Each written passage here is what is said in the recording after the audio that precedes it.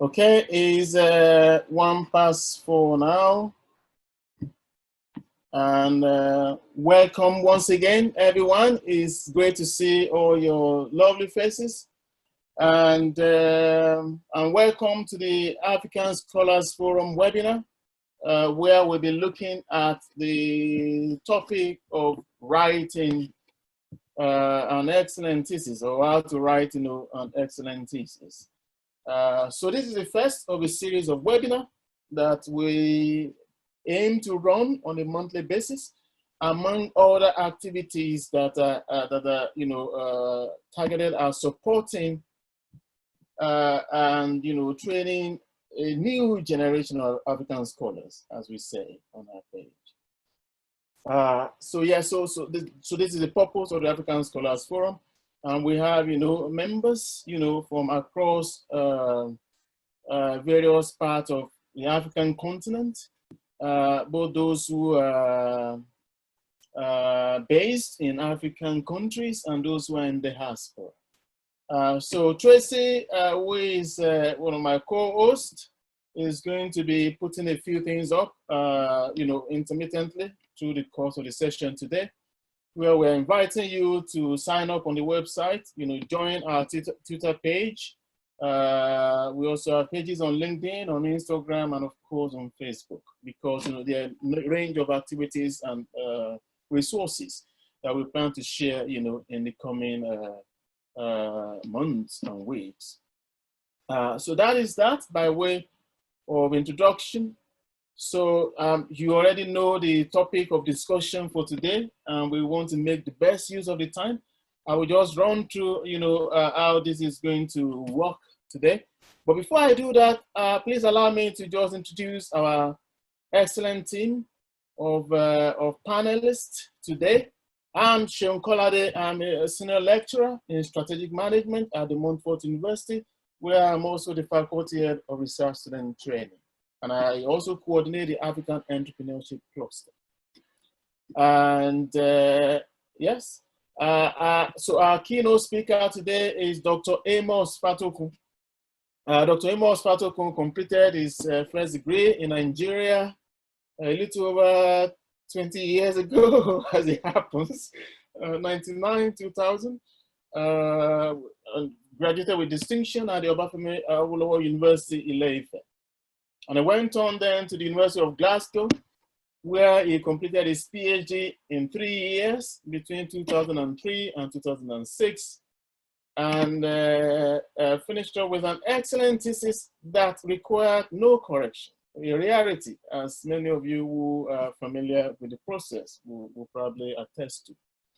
And from there, he has gone on to different parts of the world, from a stint in the US, where he was a postdoctoral fellow at Johns Hopkins University. And then from there to Australia, where he also had, an academic post. And then from there, returning then to the United Kingdom, where he was in the University of Nottingham for another postdoctoral, prestigious postdoctoral fellowships, all of these were. And then from there to the University of Bradford, and now to Liverpool John Moores, where he is a senior lecturer in pharmacology. He's going to say maybe a bit more about himself when he starts, but we are pleased to have him here. And I must also say he's a good friend of mine, and I know he's very generous, with his time. He has mentored a lot of, early career researchers over the years, and he's also a STEM ambassador. So he goes to schools to speak about science. He has done a lot of work for the British Council in different parts of the world. We were together in Indonesia last year in one of his many the workshop that he has facilitated over the years in different parts of the world. So welcome, Amos. It's great to have you here. Thank you. Thank you very much. Thank you. Thank you to be here. Thank you. Can I also just quickly introduce our two panelists? So we have Dr. Natasha Mueller, who hold a PhD in management. And Dr. Natasha is originally from Zambia, and is a scholar of distinction who has, had a lot of, commendations and awards in the course of her career. She'll be sharing her insight with us today. She's currently a senior lecturer in global strategic management at the Montfort University Leicester Castle Business School, where she is also holding a range of, academic roles. And she'll be speaking today about her experience in the course of her doctorate and since then.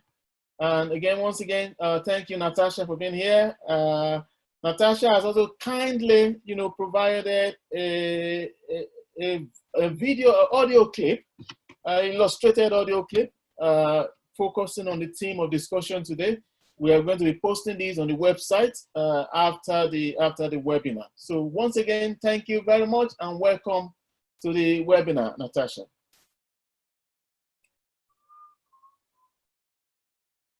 Okay. Thank you very much for inviting me. It's a pleasure to be amongst very esteemed panelists, co-panelists as well. Yeah, thank you so much. Thank you. And we also have, Dr. Deborah Owosheni, who is a senior lecturer in information systems in the Montfort University.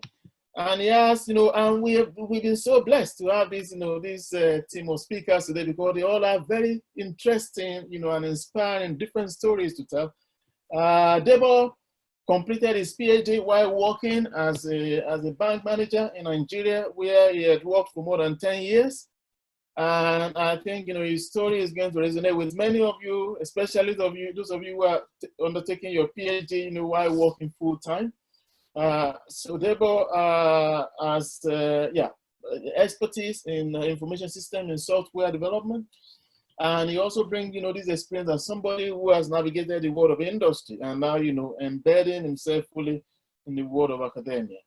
So once again, Deborah, we are very happy to have you here. Thank you for your time and thank you for your contribution to this webinar. Thank you very much, Jill. I appreciate it. Thank you for the invite. Thank you. Thank you very much. And I would also just mention, importantly too, that I have two co-hosts today. And one is Tracy Luceno, is a doctoral researcher in entrepreneurship at the Montfort University. And she has been doing a lot of great work behind the scene with the African Scholars Forum media team to put all of this together. So a lot of things that you see, working, our social media platforms and all of that, Tracy has been behind a lot of these. So thank you very much, Tracy. It's nice to have you here. More than happy to help. Thank you. Thank you.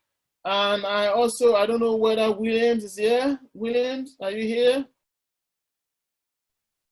Okay, host, please, can you help me keep an eye? There are some people waiting to enter.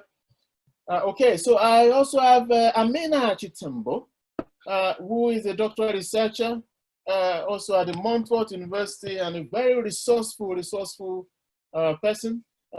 She has had, more than 15 years or so, am I correct? Amina, more than 15, 20 years experience as an entrepreneur working across various sectors.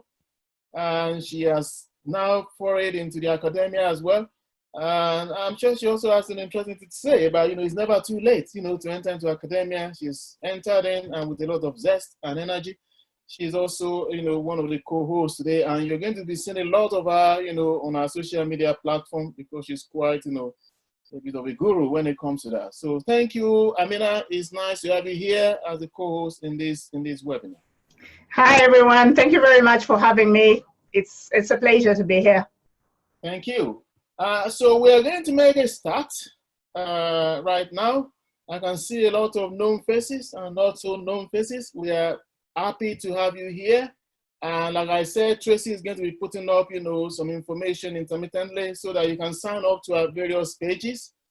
And we'll be able to contact you about subsequent events and activities as well as resources that we will be putting up on our, platform, including social media platforms. So without taking any further time, I think we are just right on time. So that's so good, so far so good. So we're going to go on now. So the way this session is going to run, we're going to start with the keynote speaker who is going to give a talk for between 10 to 15 minutes. Then I'm going to be asking Amos, some questions to follow up on his presentation. And then after this, we are going to then go on to our panelists and follow the similar kind of pattern. They're going to give a short, talk of about 5 minutes each. And then I will ask them a few questions as well, just to follow up. And then we're going to then, leave the floor to the panelists and our keynote speaker so that they can interact, they can ask each other questions, and they can, share together regarding the theme of discussion today. And then at the end of that, there will be enough time then for contributions and questions from the floor. So the floor will be open for questions. I know many of you have specific questions that you want to ask, and that is why we have brought this, this panel here today. So there'll be enough time for that. So without taking any more time, I will now ask, so please, if you are not talking, can I just say, can you please mute yourself? Okay, please mute yourself if you're not talking so that we'll be able to run through this smoothly. The co-hosts are going to be also helping with that. But now over to Amos. Thank you. Okay, first of all, can I tell you how grateful I am to be part of this session. And I consider it's a very great privilege to have been asked to speak to you all. And of course, I know that people are coming from different backgrounds in terms of disciplines and experiences. And so this is going to be a quick looking through some of the points that I feel will be quite important to consider for anyone trying to write an excellent thesis. And so I am currently based in Liverpool, Moss University, but as Shil mentioned earlier, I had been in different places conducting research. I'm into medical research, generally speaking, but to be specific, the areas of pharmacology, neuroscience, and drug discovery. And I'm going to be speaking from some of those perspectives, but I am going to make sure that today it's fairly broad-based because I know that people are from different disciplines. Even though I am from LGMU, I am speaking in a personal and professional capacity. So I bear responsibility entirely for the content of this presentation, and my university does not bear any responsibility.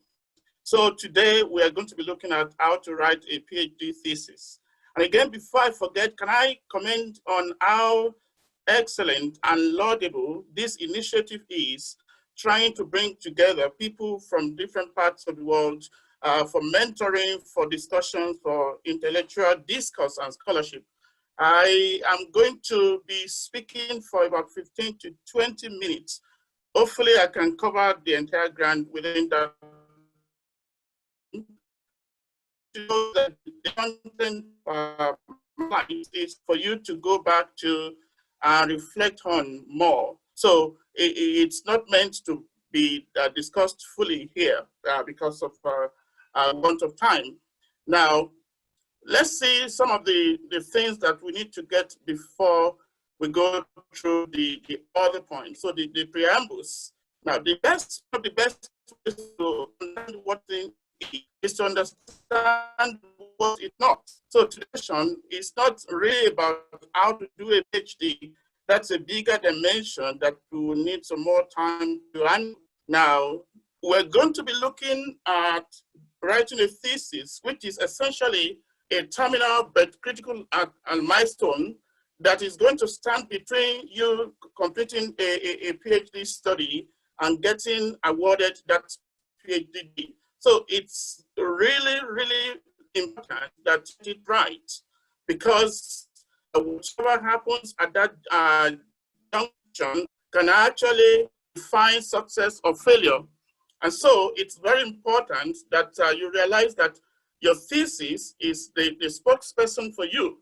And we're making assumptions because before you go into writing a thesis, we believe that you must have conducted an excellent piece of research. So you have interest and passion for research, and you have been asking the right scientific questions. Your study designs are you aid in establishing testable hypotheses, and that's if your work is hypothesis driven, that is not really hypothesis driven.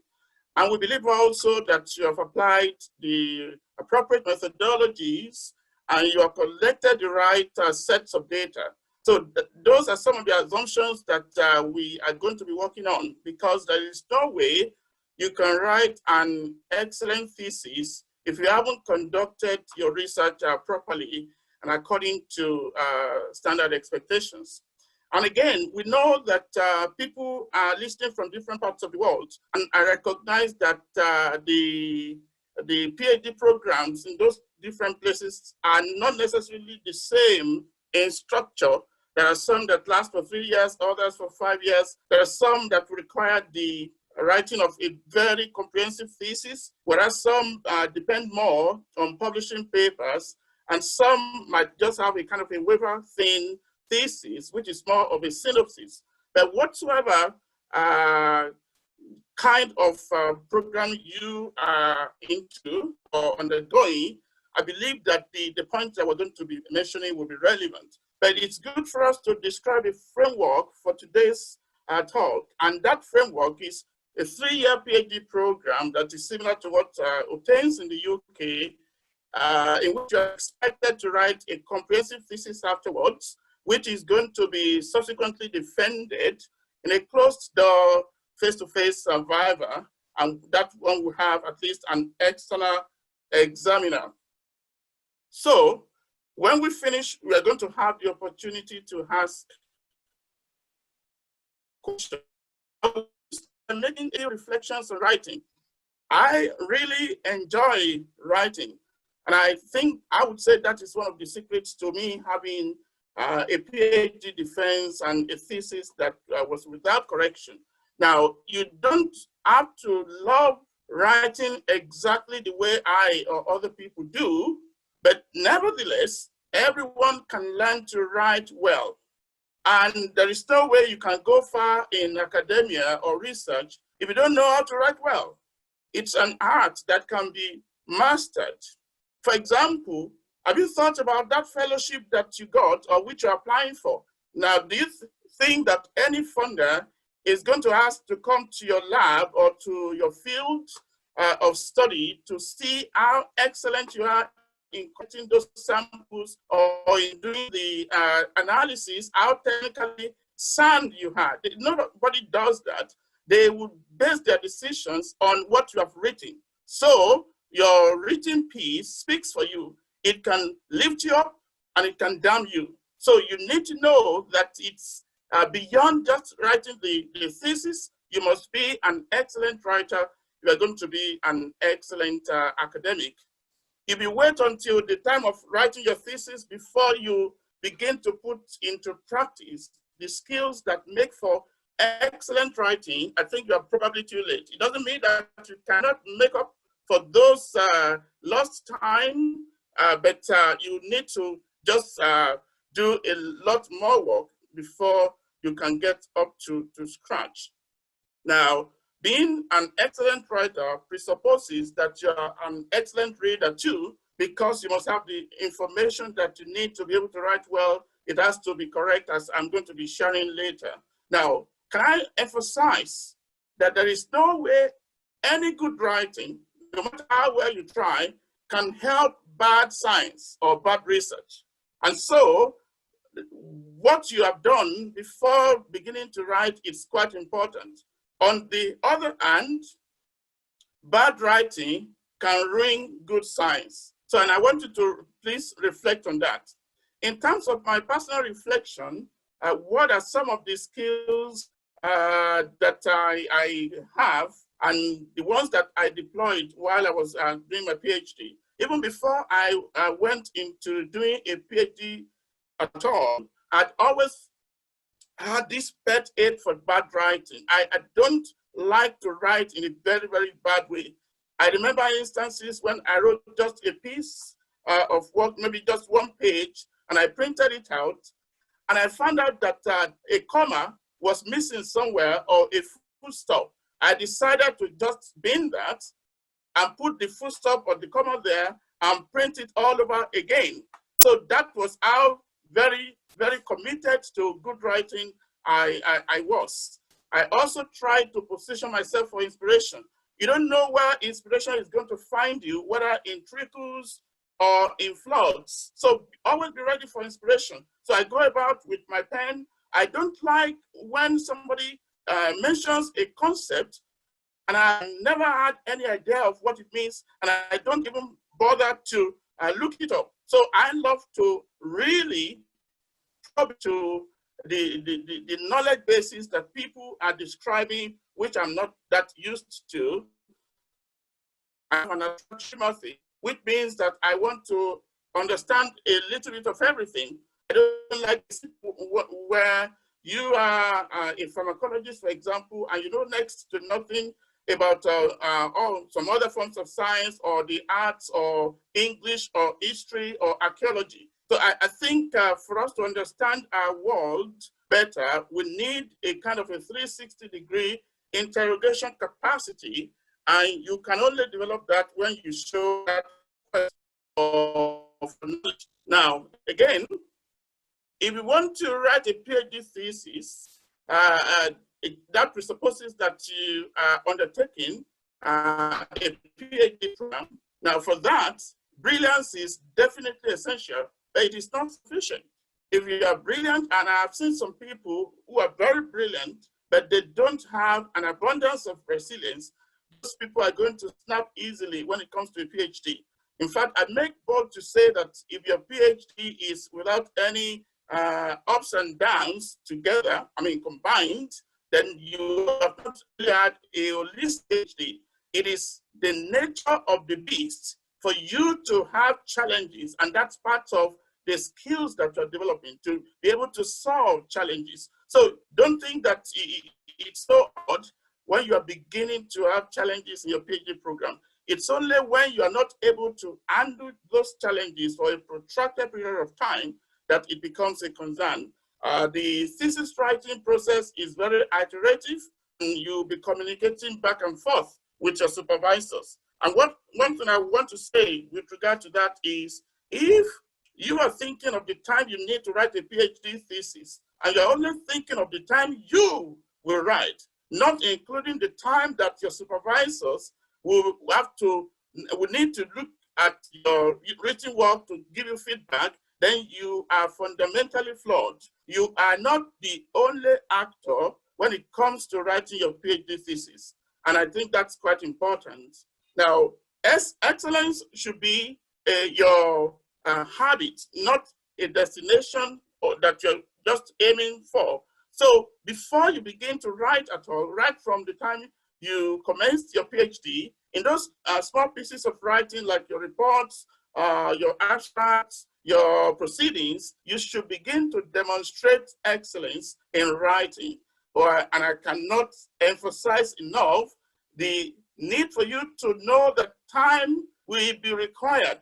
Never underestimate how much time you are going to need to write. Now, typically within the UK, people will say between 3 and 6 months, and that depends on several factors. So time, and time again, and you really need to know who you are in terms of your strengths and your weaknesses, and some of your current commitments that can actually affect how much time you're able to devote to writing, and who you are in terms of where you like to write is also very important. The manner and circumstances of your writing, do you want to write full time, or you're going to take bits or portions of time over a protracted period? Now, are you working? And so you're combining working with writing, and that can present its own challenges. Or are you currently working in the lab while you're writing at the same time? It is not uncommon for people to be writing their thesis and they're still trying to conduct some experiments or field studies in order to be able to plug some of the gaps in data that are there. So think about all of that, and even before you begin to write your thesis. Can I ask you, those of you who are still undertaking a PhD, Do you understand the local rules within your institution with regard to writing the PhD?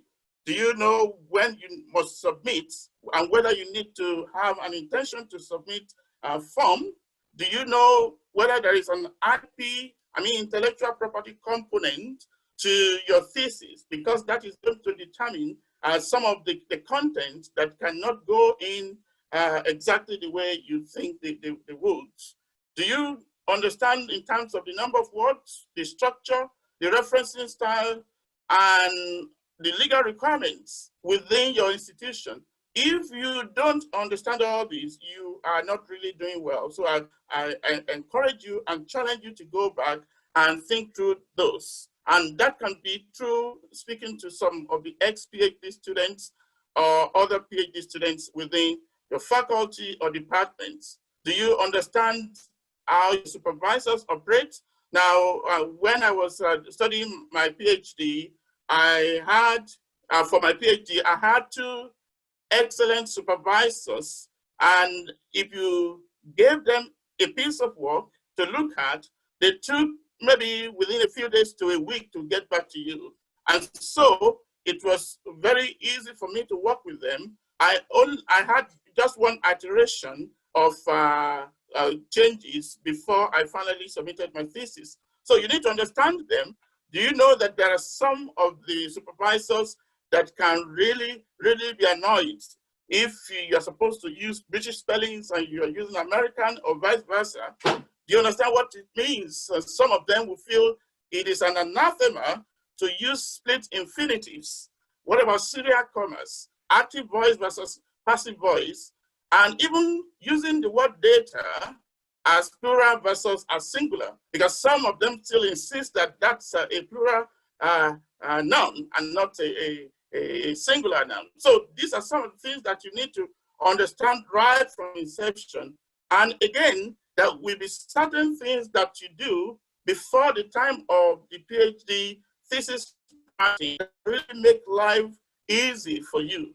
For example, one of the dangers that PhD students have to avoid is just collecting data for months and years, possibly, without analyzing the data to know what the data is saying. Please don't fall into that error. Always periodically analyze your data to be able to know how to move forward. If you have published your work, for example, then it is possible that you have analyzed a lot of your data. You have even made some of those figures and tables, so it will be faster for you when you are trying to write up your thesis. You want to think of how you name your files properly so that you're not spending time looking for files because you haven't properly stored them. Are you storing them on a networked system? Avoid the possibility of losing them. Do you know how to use software packages? You don't need to wait until you are ready to write before all of those things are done. Now, this next point, I can't emphasize it enough. Identifying your support network. When the going gets tough, this is what we're going to leverage upon. So do you have family and friends or faith colleagues that you might really have as part of your network? Now, one of the strong points that I had, which I drew from when I was studying for my PhD, was my family, my wife especially, because I got a 2-year scholarship meant for a master's program, and I decided to use a 2-year scholarship to do a 3-year program. So my wife was really supportive. In those days when I was literally sleeping in the lab to collect data, she understood, she supported me. So you need to understand the support network that is available to you. And thankfully, I was able to complete in 2 years. No, please don't underestimate that support network. Now, in terms of proofreading too, you might be afraid of hostile fire or friendly fire, but all these will contribute to making your thesis to be of excellent quality. So over the 3 years or so that you've been running the PhD program, you may say that I'm not a native writer of English, but you'll be expected to attend seminars where native writers and users of English are presenting. So we will expect you to begin to take cues from the way they use the language. You go to conferences, you see how world-class leaders in your discipline are using the language in terms of the technical language within your area. So you may not be a native writer of English, but you can still write excellently well if you put your mind to it. You must plan, of course, and set goals and milestones for yourself as part of writing. The time that you use to plan is not time wasted. And I'm going to show you later why it's important for you to plan. Who is your audience for your thesis? Now, in the short term, it's going to be the external examiner and the internal examiner who are both going to read the thesis and do your viva. But have you ever thought about the usefulness of a thesis beyond passing the viva? So does that mean that after your viva, your thesis is no longer of any consequence? Now, these days, theses are uploaded online and they are there for as long as the hearth remains. And so it's not only the examiners that will be the audience for your thesis in terms of readership. The lasting audience for your thesis will be the various people that will be accessing that thesis for many, many years down the line, even after your PhD. And so the construction, the language, and the way you structure your thesis should be able to speak to those different people and give them the opportunity to access it in a way that allows them to understand it. This is the structure of a typical PhD thesis: introduction, aims and objectives, methodology, results, and discussion are combined together, conclusions and recommendations. All of this will be going to the various chapters, but we are not going to take a lot more time than we can have on this platform to go through each one of them. But it's very important that you understand this structure, the context of the discipline, well before you begin to write your PhD thesis. Now, in terms of other things, technically, scholastically, professionally, literarily, there has to be that competence that is shown within your thesis. So appropriate technical language, the progression or logicality. One of the areas of weakness that I found with most of the students writing their thesis is the logicality aspect. That is how you join your sentences together to flow seamlessly, how you connect them, those link words, how you chronologically arrange the different levels of information to make a coherent piece. And you really need to work on that. And the intellectual rigor that is found with respect to the defense of or the refutation of arguments. So the balance of arguments. And that's why it's called a PhD. It's a philosophy doctor. A PhD is a philosophy doctor, whether you are in the sciences or in the arts or in the social sciences, because that's how it began. It's a modern parlance that we call it Doctor of Philosophy. And so you must understand the nature of arguments and how you can defend arguments and refute arguments. Very, very important. And I recommend that you attend courses that will allow you to be able to do that.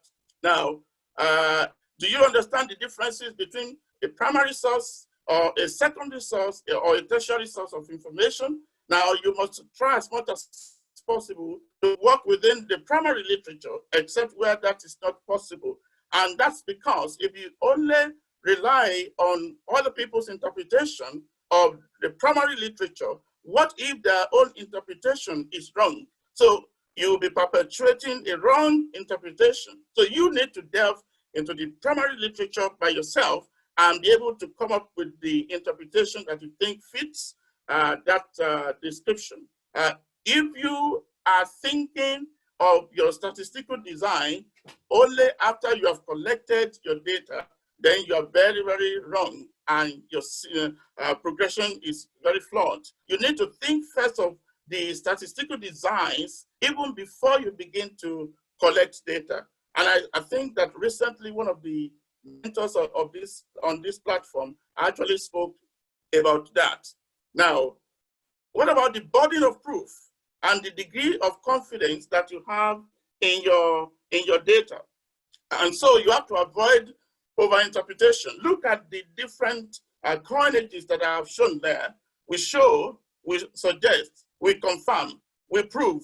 These are not synonymous. Now, you are able to use any of these based on the level of confidence in your data and how much your data will support the argument. And so you have to know, for example, some people believe that you can never prove anything really, and the body of proof for saying that we prove or we confirm will be much higher than the burden of proof that will make you to say that we suggest. So that's something to think about. Please avoid plagiarism like a plague. If you don't know what constitutes plagiarism, go for a workshop on that. If you fall into that trap, it can wreck your career. Please don't make that mistake. Don't always believe the spell check function. It's useful, but it's not perfect. So you should be able to read the sentences and correct them by yourself. Some people will use a software to dictate their text. Maybe if it is easier for you to do that, that is fine. Now, some people think also that when you have a chronology of your experiments, and then it comes to the time of writing, the chronology of the experiments must actually determine the exact chronology of presenting those data sets. No. So it is possible that you did an experiment or a field study as the very first thing during your PhD, but it might have to come much later than some of the other data sets that you collected much later during the PhD program. And so again, this is about how everything fits together to make a whole. You have to make it logical. And you think of writing a story, and a story will have a beginning, the middle part, and the end. We always encourage you to write the abstract or the thesis statement after you have finalized the major chapters, because these chapters, until they have been revised and they are the final forms, you continue to change the abstract. So wait until you have finalized the different chapters before you write that abstract. I've seen loads of people trying to do manual compilation of references. This is quite error prone, and it's actually going to weary you out. So go for a bibliographic software. Mendeley is there, for example, it's free.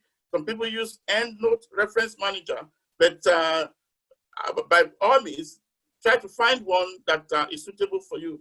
And in terms of figures and tables, the rules are that they must be self-explanatory, they must be cross-referenced with the text, and then well annotated in the thesis. Now, you need to overcome the fear of the blank screen and the blank paper. And what you can just do is, when you are facing the blank paper or the blank screen, just begin to type whatever comes to your mind. That's not going to be the final form of version. Just begin to type what comes to you as an inspiration, and then you begin to refine that as time goes on. Aspects like the methodology, in fact, way before you begin to write your thesis, you could have all those ones already done, because you have been the methods, you know them very, very well, and you should almost have them ready when it comes to the time of writing the thesis. And in terms of the writing process, I'm not going to go into the details. I am recommending that you consider the power writing process, P for plan and O for organize. And it's after you have done those two things that you begin to write. And afterwards, when you are writing, just write as it is coming to you without correcting any grammar or punctuation. It's afterwards, when you have all those inspirations downloaded, that you then edit them and also review and revise, and the iteration can go on there are also some 6 principles of good writing that you can use to review your work, any piece of writing. Is it clear? Is it concise? Is it coherent? Is it correct? Is it cautious in terms of the right language? And is it complete? There are times that you write a piece of work and you leave it for a few days and come back to it later with a fresh mindset. And if you feel that you are getting super saturated, there is no need plodding on, just take a break and come back to it.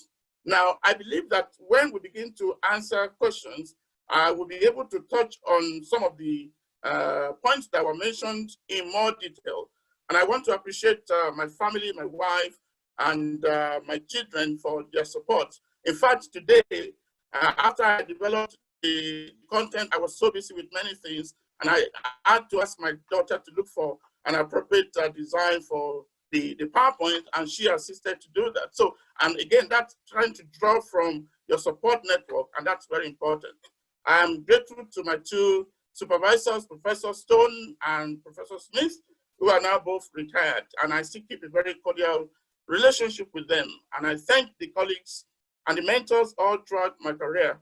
And I want to really thank you too for attending this webinar. And so I will want to stop here. Sorry that I've gone for longer than I expected. Thank you. Thank you very much. Thank you very much indeed. That is a very, good, excellent presentation. And Amos has kindly, agreed to make these slides available. So we're going to be putting these on the website after the webinar. Thank you very much. That is you cover quite a lot of ground there. So thank you once again. And I'm sure we'll be giving opportunities. So if you have any comment now, you can start putting your comments on the chat so that we can maybe take some of them as we go along. But I mean, I will just speak on 1 or 2 things. Please don't unmute yourself in the time being. You can put your comment on the chat for now, and I'll be happy to read a few of them. So I just want to pick up on 1 or 2 things because of our time, with Amos there. I mean, you cover quite a bit. So I mean, there are 3 issues or 3 themes that frequently comes when we talk about thesis, over time. And you have mentioned some of them already, but I just maybe by way of highlighting. So there are things to do with originality, that the PhD has to be original. It has to be, there has to be original contribution. There's also something about rigor, that we're talking about an excellent thesis, there needs to be, indications, of rigor. And the 3rd thing is about, lucidity, about clarity, that, you can't be beaten about the bush. So I just want to ask you, with regard to each of these 3, if you are to identify I know this is a bit of a trick question, sorry. If you are to just highlight just 1 key item that is the single most important, consideration for each of these 3 elements, what would those be? Just off the top of your head without, overthinking it. In terms of originality, rigor, and lucidity. Sorry, yeah. please. Yeah. Yes. So I'm going to bring them together because of our time. Yeah. One very important point I'm going to make about that is your ability to scour the literature at the entry point for your PhD. When you are designing your proposal, you really need to understand what is out there that has been done.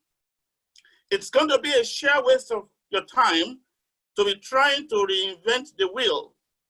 In fact, while you are going through the PhD program, you must make sure that you are constantly looking through the literature to see whether anybody has just done and published what you have been doing so far. Now, it's not the end of the road. If you find out that some people are doing things similar to yours, all you need to do is then find an outlet that makes yours a little different to what they have done or reported. So my very first advice would be make sure that you understand the currency within the literature about your area of research. And also, if it is an area where your supervisors are well experienced, they are likely to be able to help you with the originality. Now, when we talk about the gap in knowledge that you are trying to fill when you undertake a PhD, now it doesn't have to be a big gap that possibly might win you a Nobel Prize at the end of your PhD. The most important question is there a gap? And if there is a gap, is it a gap that's relevant at that moment? And also, is it a gap that the level of knowledge and instrumentation would allow you to complete? For example, talk about area of research.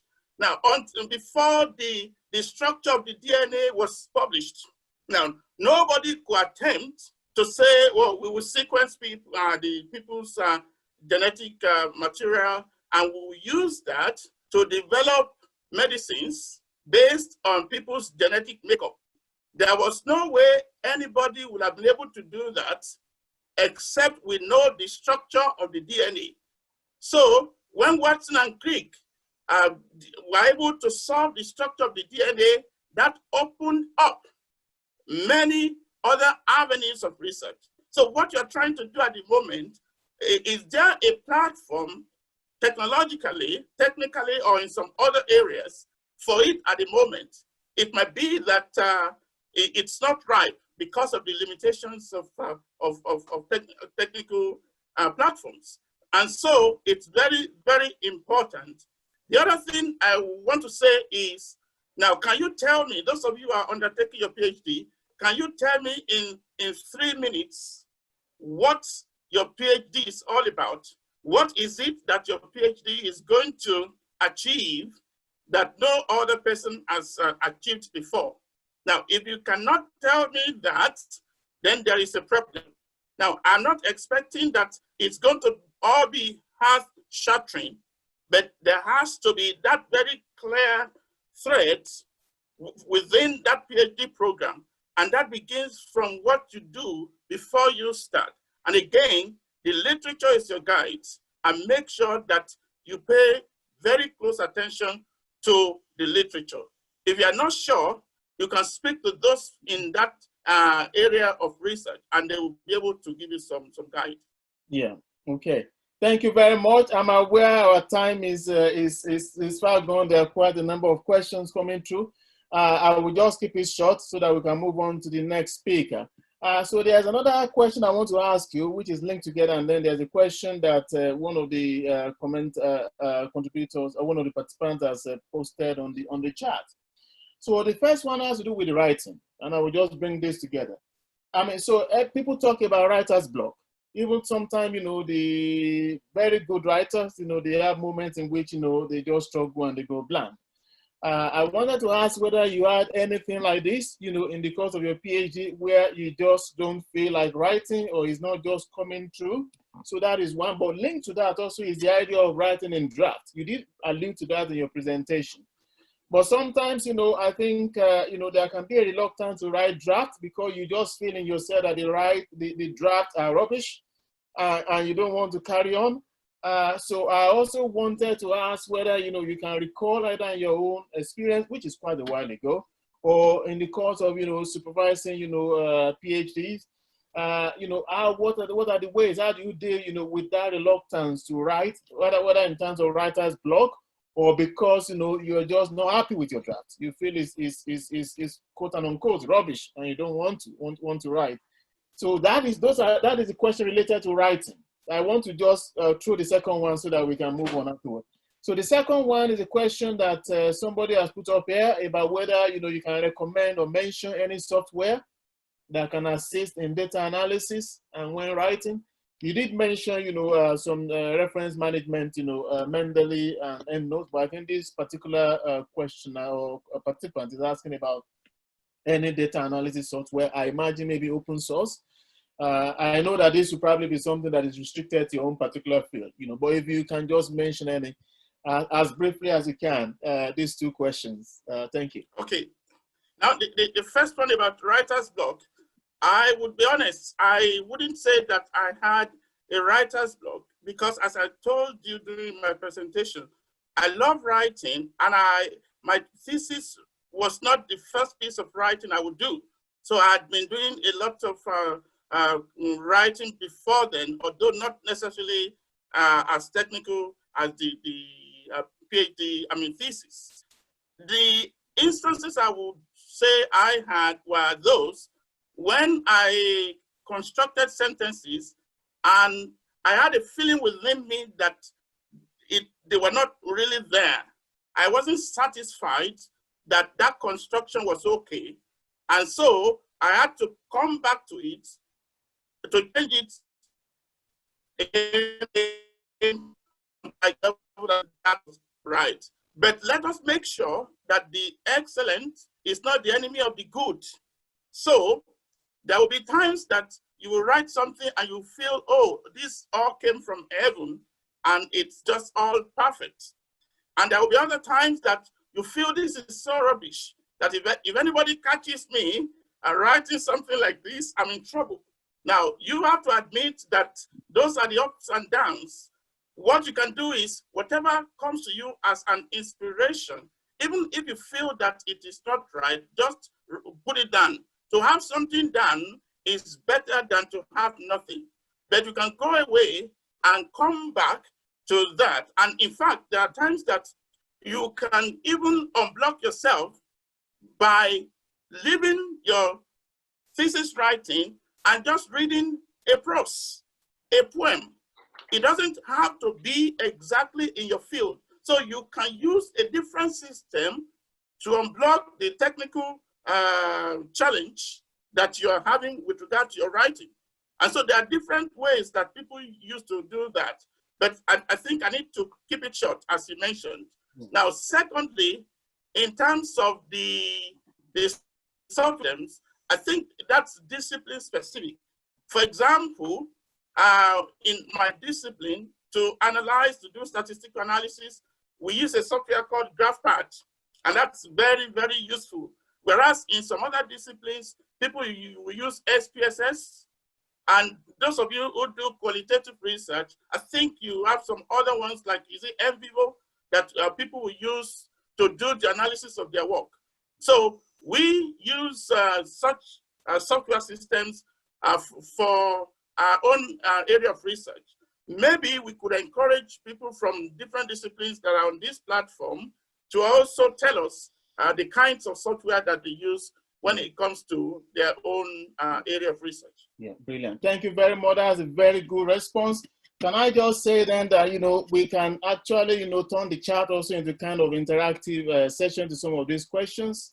So a question like this, which is discipline specific, if you want to post, a quick line in the chat about the software that you've used in the past in your field and just mention your field, I think, a participant will find that very useful. But so Dr. Fatokun has mentioned a few in his field. I think there are also some software that are open source for many of us where, they struggle in terms of accessing subscribe and the subscription based, software. You can try, open source like R. R is a very versatile, environment where you have almost a package for anything. Any quantitative analysis you want to do, you can do a lot of it in R. NVivo, of course, is subscription-based, but you can download the trial version and run some analysis if it's qualitative analysis.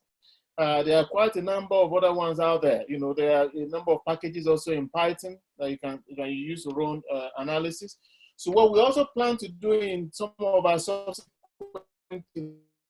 session is to run, specific skill training session. And also in some of our sessions to come, we also want to explore the opportunity of going to breakout rooms, maybe for about 20 minutes or so, where you can then be in smaller groups of, 5 to 8 people, and you can interact with one of our mentors. We have quite a number of mentors in the forum who can then, have more specific discussion. So I think, but thank you once again very much, Amos. I'll be coming back to you later in the course of the session. So thank you for an excellent presentation.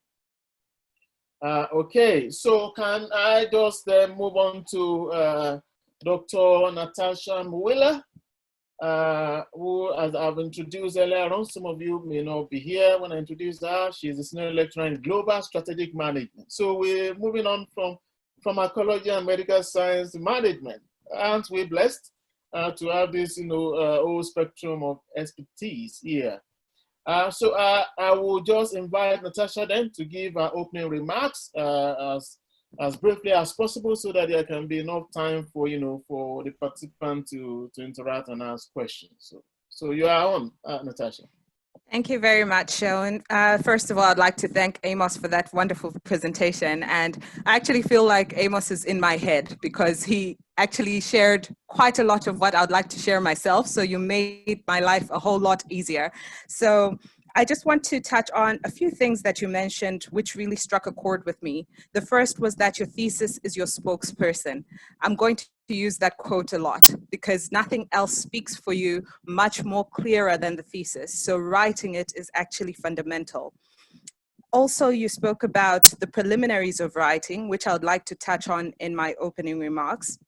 And you mentioned that sound research and reading are fundamental. So it's not just going straight deep diving into writing. We actually have to get the preliminary work right. So what I'm going to share with you are some of the challenges that I faced during my PhD and how I dealt with them. And these are challenges related to writing. The entire journey is actually fraught with challenges. So I'm only going to highlight 3. At the beginning, it was the challenge of clarity in what I was going to do. And this is something that I could only overcome by speaking about my thesis, by speaking about my research a lot. And by a lot, I mean speaking with anyone who would care to listen about what I was doing. Amos mentioned platforms like the 3-minute thesis, which is something that I exercised, I participated in, and this challenged me to think about questions I hadn't thought about before, and to actually refine my ideas to the point that they can be discussed within those magical 3 minutes. I also learned to create a community of people who are willing to listen. So these were peers within the PhD journey and those ones ahead of myself. It's really important to have people who can challenge your ideas and help you refine your thinking in that way. During the course of my studies, one of my challenges was actually finding my voice, my own voice in my writing.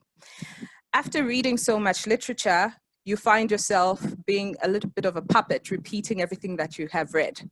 And trying to find that analytical, reflective, and interpretive touch to my writing was something that I found quite a challenge.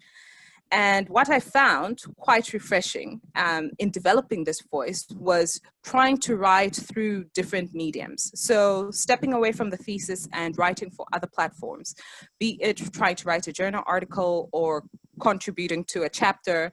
I also worked on some research projects as a research assistant where I was part of a writing team. So all these things helped me cultivate my own writing technique and find that sense of voice, which later emerged in my own writing. Towards the end of my study, Sharon asked something about writer's block. I fell victim to that. I actually had serious fatigue, physical and mental. So I actually just fell out of love with what I was doing because I was exhausted. When I spoke to my supervisors about this, the advice they gave me was to step away from my studies completely. So I did that for 6 weeks, took a complete break where I was not opening emails, not reading anything. And I traveled around remote Australia. That's where I was doing my studies at the time, learned about Aboriginal culture. So actually found something else to excite me.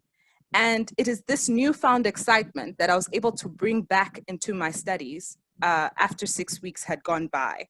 So it is okay to take a break. And I say a little bit more about these challenges and how to overcome them in the recorded presentation that I provided that will be uploaded on the website at the end of this. So that's it from me for now. Very much. That was succinct and and precise, and I love actually how you link up with what Amos has said earlier. Those are very, very useful, great gems. Like Natasha has said, she has kindly spent considerable time, I'm sure, in putting together a more detailed presentation in audio format that we're going to be posting on the website after the webinar. So once again, thank you very much indeed. I would like to follow up on a few questions, but before I do that, I think I will just call the second panelist so that I can ask you questions together directly. So we have Dr. Debo Wosheni, I introduced earlier on, senior lecturer in information systems at the Montfort University, and he did his PhD while working full time as a bank manager in Nigeria. So over to you, Debo. All right, thank you very much. Just 1 second, I'm trying to pull up something on the screen. And yes, I'm not going to take more than 5 minutes. You're showing us your map. All right, thank you so much, Dr. Amos and Dr. Natasha, for that very insightful presentation. As a matter of fact, what I'll be talking about, you've almost touched on everything I've got to say. But I'm going to be saying a few things around how I was able to combine full-time job with full-time PhD studies. So I will be looking at it maybe not from a very specific point, but then looking at it from a broader perspective. And I feel that the best way to do this is just to speak through pictures. So I'm going to be showing you a few pictures so you can appreciate where I'm coming from and where I am today. And then in a way, just serve as a motivation to someone that it's in my shoe or was in my shoe. So sometime in 2016, I started a PhD while I was still in the bank, and that was in Union Bank, specifically in Nigeria. I had a lot of assignments. I was part of the product development team. At some point, I attended international conferences. At some other time, I did quite a number of things, including writing, publishing peer-reviewed papers. I was fatigued at some point too, just the same way Dr. Natasha spoke a few minutes ago. And I also had my share of family pressure because I had to care for a special child too at some point. Even with this, I had achieved quite a number of things even within the bank. Had about 3 awards while still on the job. At the same time, I used to be a TV guest at Wake Up Nigeria shows.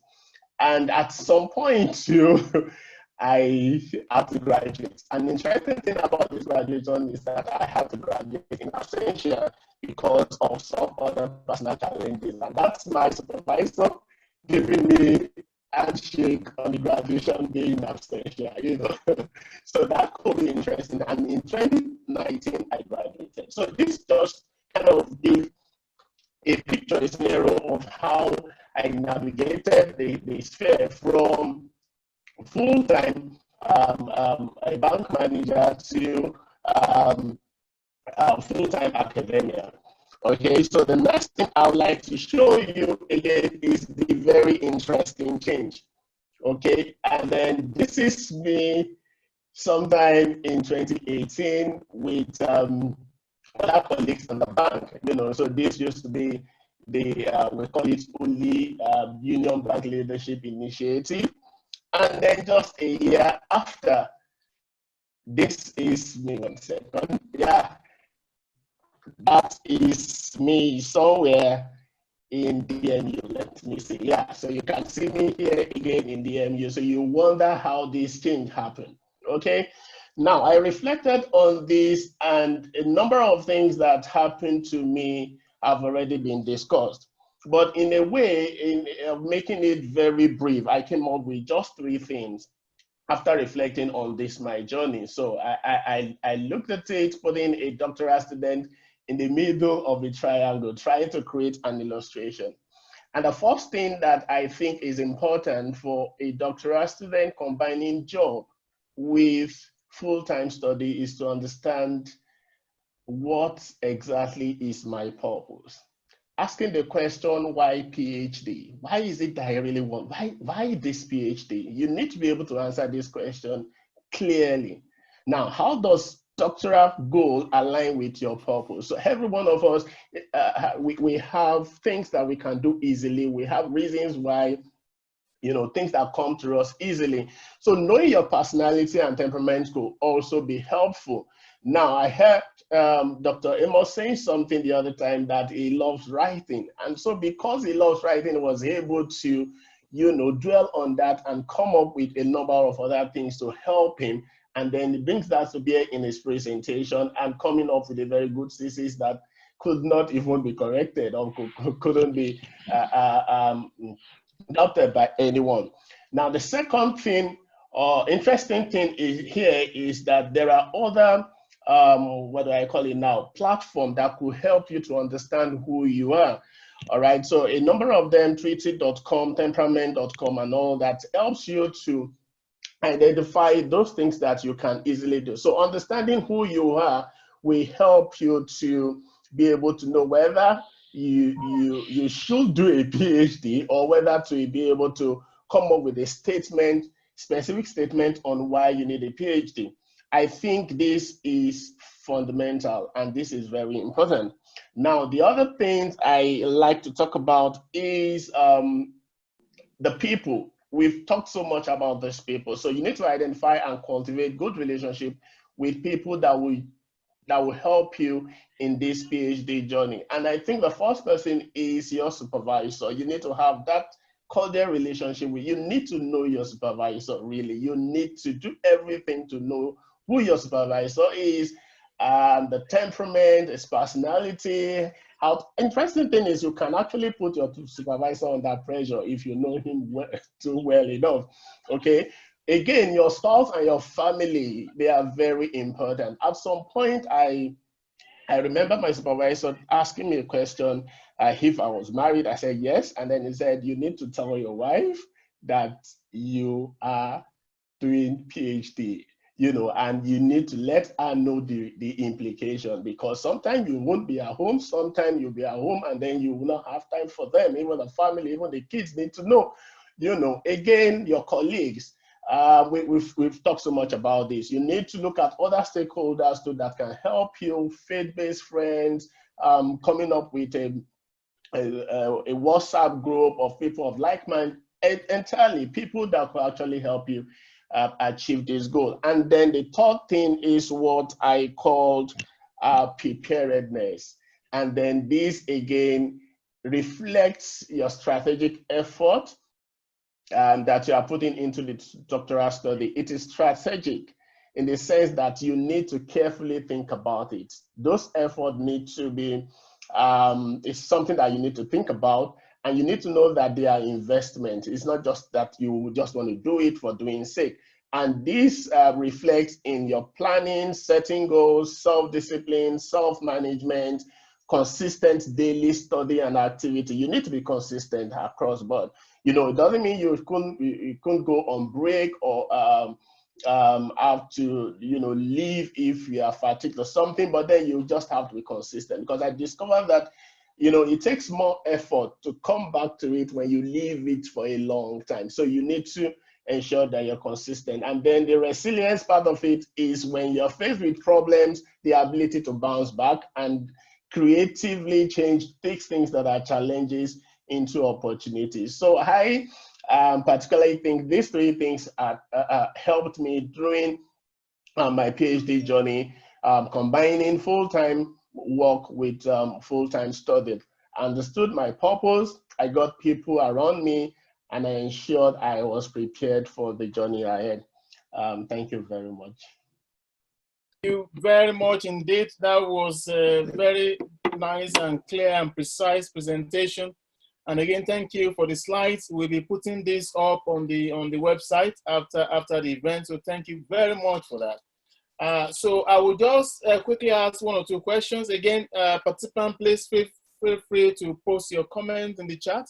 I will ask just a few questions to our panelists, and then I will then give them time to ask each other question. Our panelists and our keynote speaker to ask each, because they come from different experiences as well. So it will be good actually to see what they have to say to each other.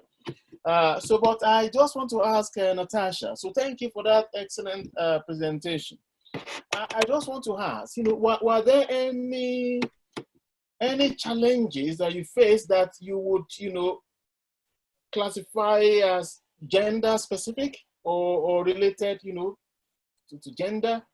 I think, there are a lot of participants here who may want to benefit, or who may benefit from that reflection. So during the course of your PhD. So that is the question I want to ask you there. Absolutely. Thank you for asking that. My research was actually looking at the gendered effect of knowledge transfer in social networks of female farmers. So I had 3 exceptional research supervisors. None of them had done gendered studies before. So they were very uncomfortable with trying to use a gender lens. So from that perspective, I did encounter some challenges.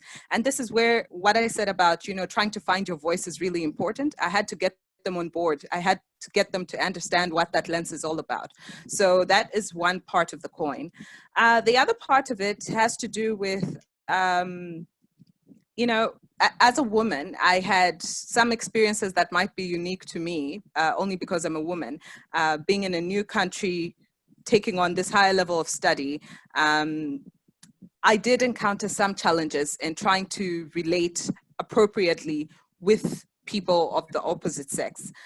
So these ones, sometimes, you do face some sort of intimidation sometimes. So some of these are culturally laden experiences, so coming from a different cultural context into a new one. So it's really a blend of things. So gender was one issue, but also my ethnicity, my background, all those challenges came into play. But these were not things that I couldn't overcome, because I did have an excellent support system. My research supervisors in the first instance, but then also staying close to my family and the friends that I made along the journey as well. That's where you come to understand that some of the challenges that you experience are not even necessarily gender, or it's actually something that's just in your head because you're aware of yourself. Yeah. Thank you for that. That's a very great and very insightful response there. And I think it's just a recognition, like you said, that there are no challenges, including those ones that are gender specific that cannot be overcome. The challenges are there. And sometimes, they are in our head, and sometimes they are actually out there, in your face as well, especially with women, doing a study. And it's an inspiration and encouragement, that, there are no barriers, that cannot be overcome. And we are inspiring new generation of young women and girls, to reach for their highest aspiration. There are no barriers out there. So thank you once again. That is a very great response. And okay, I just want to come back to Debo very quickly. You did a PhD while working in a bank. I mean, I know what it is, in Nigeria, the banking sector. I have a lot of friends who have been in that sector. And especially if you are working in Lagos, they say you have to leave home around 4 a.m. And then you come back, at 12 midnight or thereabouts, because you want to beat the traffic as well. So the question is that, how did you organize time for writing? Where did you find the time for writing? Because it's about writing. So how did you find the time, and how were you able to stick with it, in the hustle bustle of Lagos?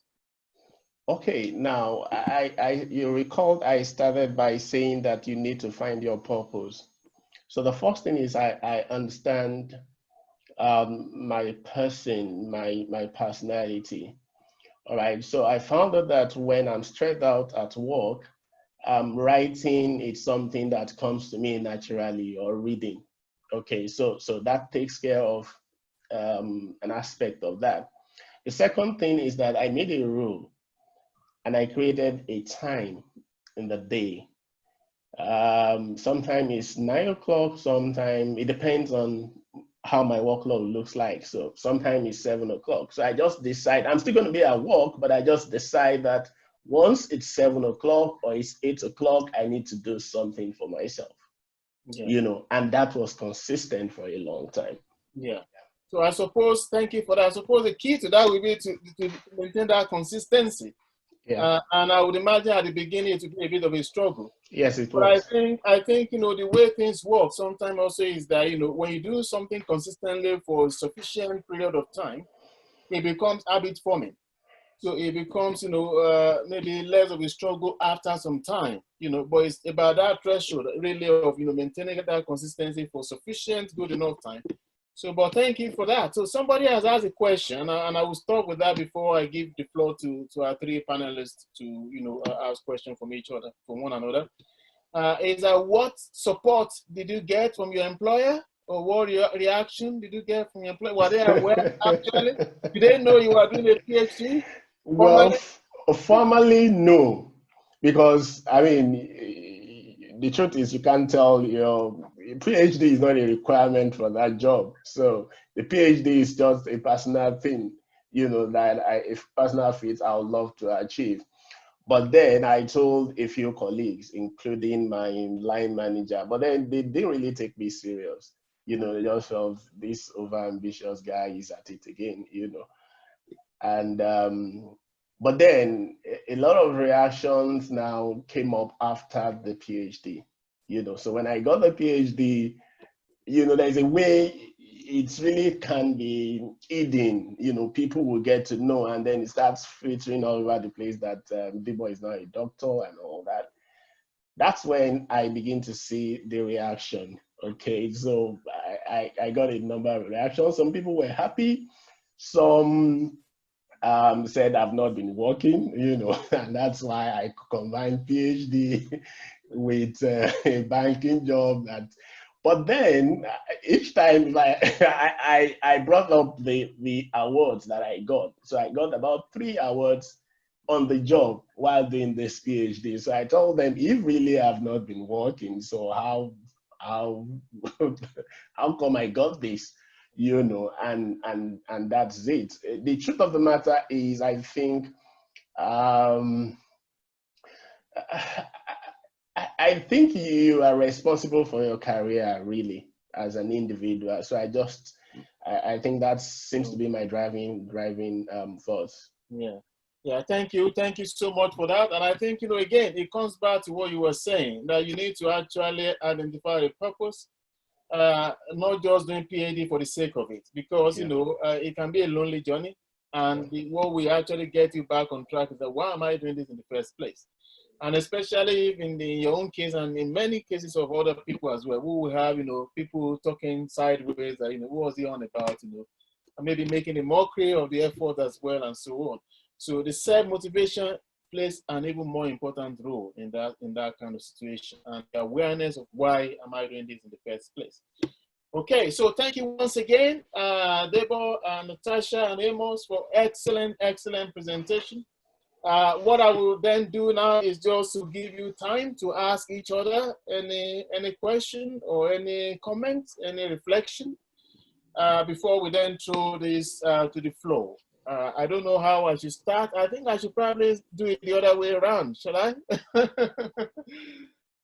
Okay, maybe we should start with Deborah this time, shall we? So if you have any question or comment to Natasha and to Amos, and then we go to Natasha and then to Amos as well. Yeah, please.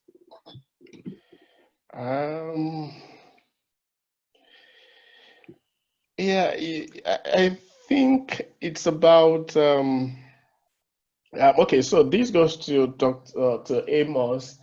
I want to know what you are a bit silent about personal discovery before going into PhD studies. Okay, so how much of self-discovery do you have before starting your PhD?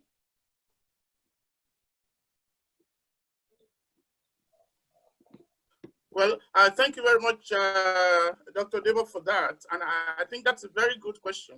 And I can go on reflecting on that. I am from very humble background, and I was privileged to understand science quite early on in life. And I had that knack for trying to access knowledge even before I went to the university. And I remember when we were in the secondary school, myself and a few other colleagues, anytime a mathematics question came into the class, we made sure that we got it solved. We never allowed such a thing to continue to baffle us for so long. And so that was the kind of commitment to academia and to scholarship. And then when I came to the university, I studied pharmacy. And some of you who might understand the university called Obafemi Awolowo University in Ife, many people think that pharmacy is very tough. And I wouldn't deny that it's a very, very tough thing, but I set my goal that I wanted to come up with the best grade within that program. And it was very, very tough, but I'm grateful to God. And also I can say that the vision that you have propels you. So I had a vision right from the beginning, and I was able to eventually, it took a lot of personal discipline, but I was able to eventually achieve that. And then when I finished my first degree, of course, back in my country, if you studied pharmacy and you had a distinction, many people will feel that's an opportunity to make money. And there isn't much money in academia, let's face it. And so some people did not understand why I chose intentionally now to go back to research when I had the license to really make a lot of money. But it is about your personal flair. I have an insatiable quest for knowledge, and I've always had that thought that an environment where I'm going to thrive is an environment where I'm able to push the boundaries of knowledge. So even before I finished my first degree, I had decided the path that I wanted to tread with regard to my future.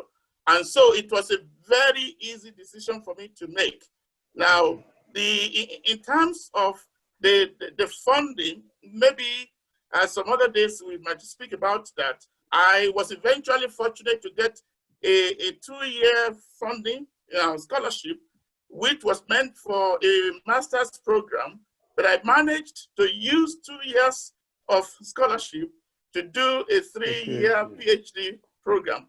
It was tough, and I was literally sleeping, working in the lab overnight to get all the data I needed before I started writing. But my supervisors were very supportive. I eventually didn't have to pay for the tuition for the year. I had to involve organizations to get some small amounts of money to keep body and soul together. And so for me, it was a natural decision to go into research. Thank you very much. If I may just jump in there, there's a comment in the chat. Somebody was asking about, I know it's not, I think the reason why I didn't highlight it earlier, we want to focus on the theme of today.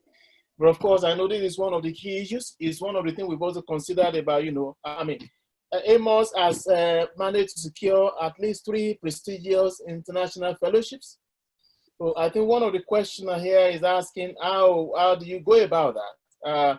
We're going to have a session in the future focusing on funding, okay, and how to, assess and prepare, research grants. But I wonder whether you want to just give a very brief comment so that it's not like we just, dismiss. It's not our main focus today, but, can you comment on that in terms of how do you go about fellowships, First of all, you must be bold and ambitious. You will have a lot of instances of discouragement. So I cannot tell you that it was all of the funding schemes I applied for that I got. But I persisted, and I have instances, more instances of success than of failure. But if I allowed the circumstances around me to dictate whether or not I applied, I wouldn't have got that. But if I can even use that opportunity to bring the question to the domain of our focus today, it is about excellent writing. I mentioned that nobody comes to your lab to see how technically sound you are.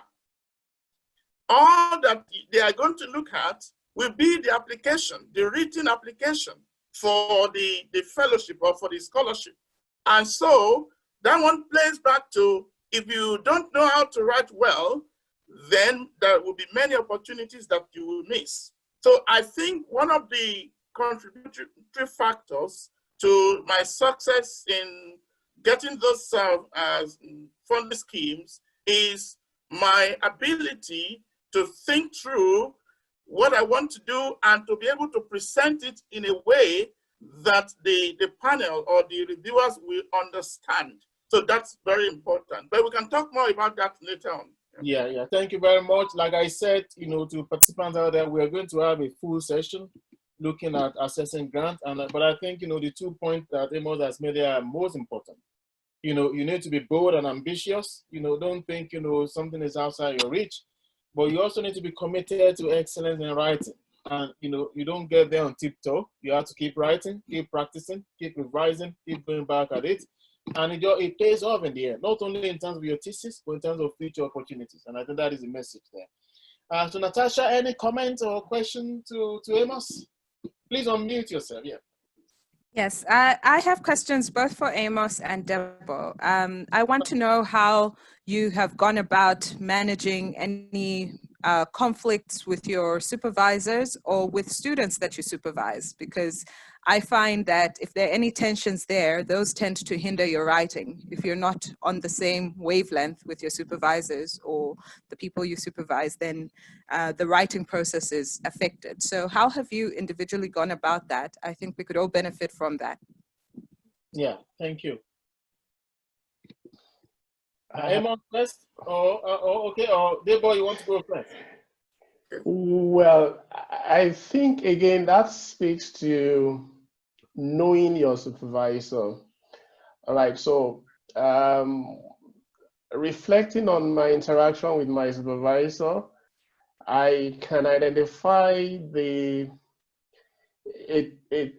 time when, how can I put it now? There was a time I experienced this sudden shift or transition, okay?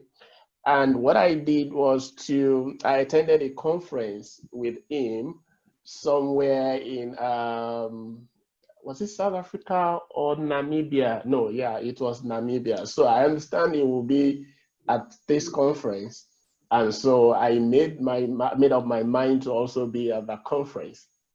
And that seems to be the only time I had 3 hours uninterrupted time with him, So, and he was relaxed. He wasn't doing so much, We were, at some point, we were at the poolside. At some point, plenary session might be going on, and then we'll stay outside, we'll be doing, reflecting on a number of things. And the idea is we didn't just talk about the research alone. We talk about other things, We talk about my family, he talks about his family, he talks about where he lies, talks about his football club. So we got to know one another beyond the PhD thesis or the research. And I think that was the changing point, really. From that point onward, even till today, we never had any conflict because I just seem to know how to manage him, So that's the idea. Now, for my students, I tend to understand that there is a reason why people do what they do.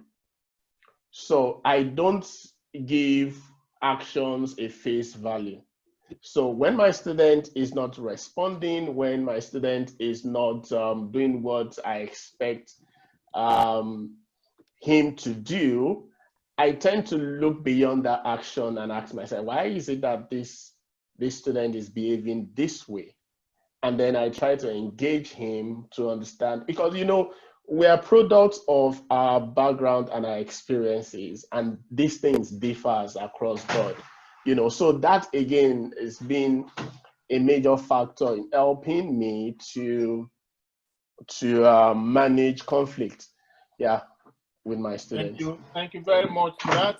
That is really helpful. Amos, any response to Natasha's question? Yeah, I would say that I had an excellent relationship with my two supervisors, and I need to appreciate them for that. Now, when I came newly to the UK, of course, there was that cultural difference that I had to work on.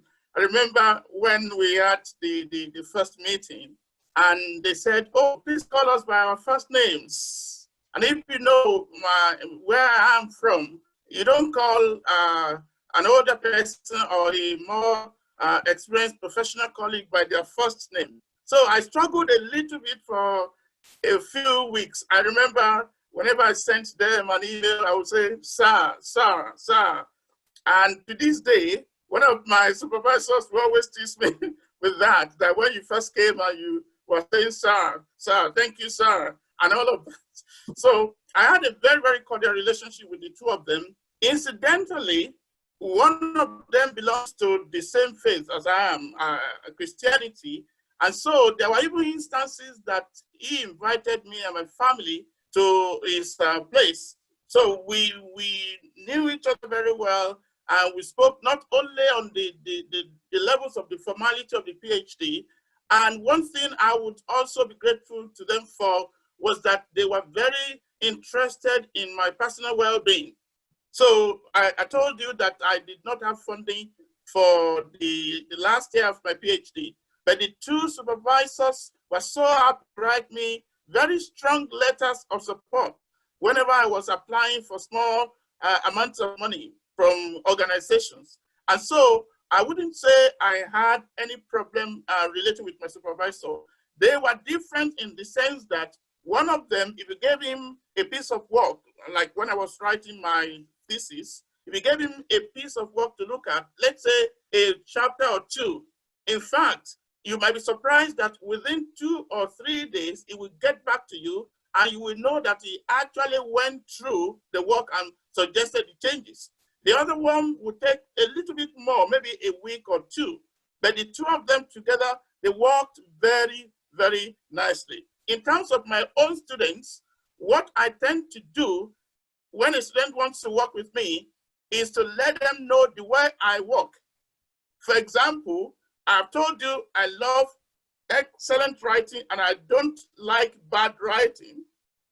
And so I will warn the students that I'm ready to support you, but I'm not going to overlook any weaknesses, because, for example, there are some students, when they see a lot of correction in their written work, they feel so discouraged.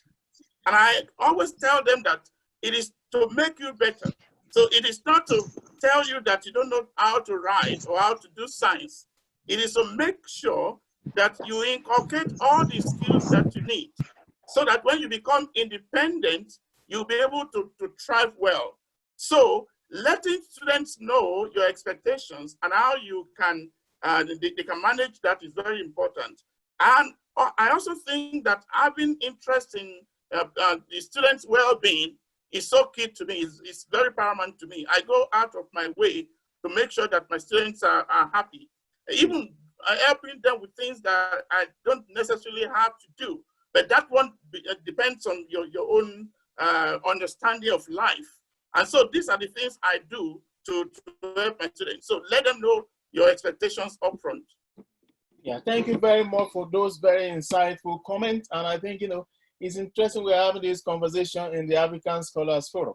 Amos has spoken a bit about, his challenge in terms of transitioning, culturally from an environment where, you know, the PhD researcher is seen more as an apprentice that must maybe sometimes even genuflect, if you see what I mean.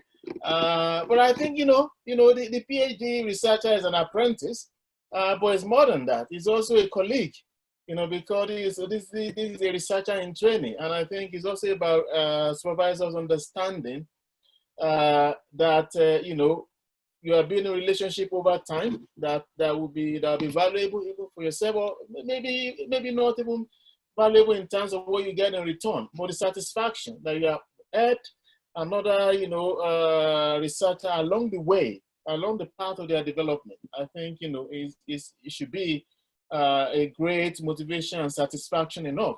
And I'm just mentioning that because this is African Scholars Forum, and some of the people here are mentors and senior researchers in their own right. Some are mid-career researchers as well. But also even for the doctoral researchers to recognize that as you complete your journey, there should be a value that underpins your relationship with your own future, mentees as well. And that is the way it should be. We need to change that narrative. I remember I had a lecturer when I was in university in Nigeria who spent 10 years on his PhD because apparently the supervisor felt that, PhD is the very pinnacle, of achievement, and, you shouldn't get it very easily. I think, this is a mentality, that we have to do away with as a new generation, as these up and coming researchers, that we have to be enablers, not barrier, makers. So thank you once again for that. So can I just take if there are any quick comments? Then let's put Natasha on the spot. Any comment from Amos to Natasha, and from Deborah as well to Natasha? Any question? Amos? Yes, I just ask this quick question. In terms of funding, so what are your experiences, especially your fields of research?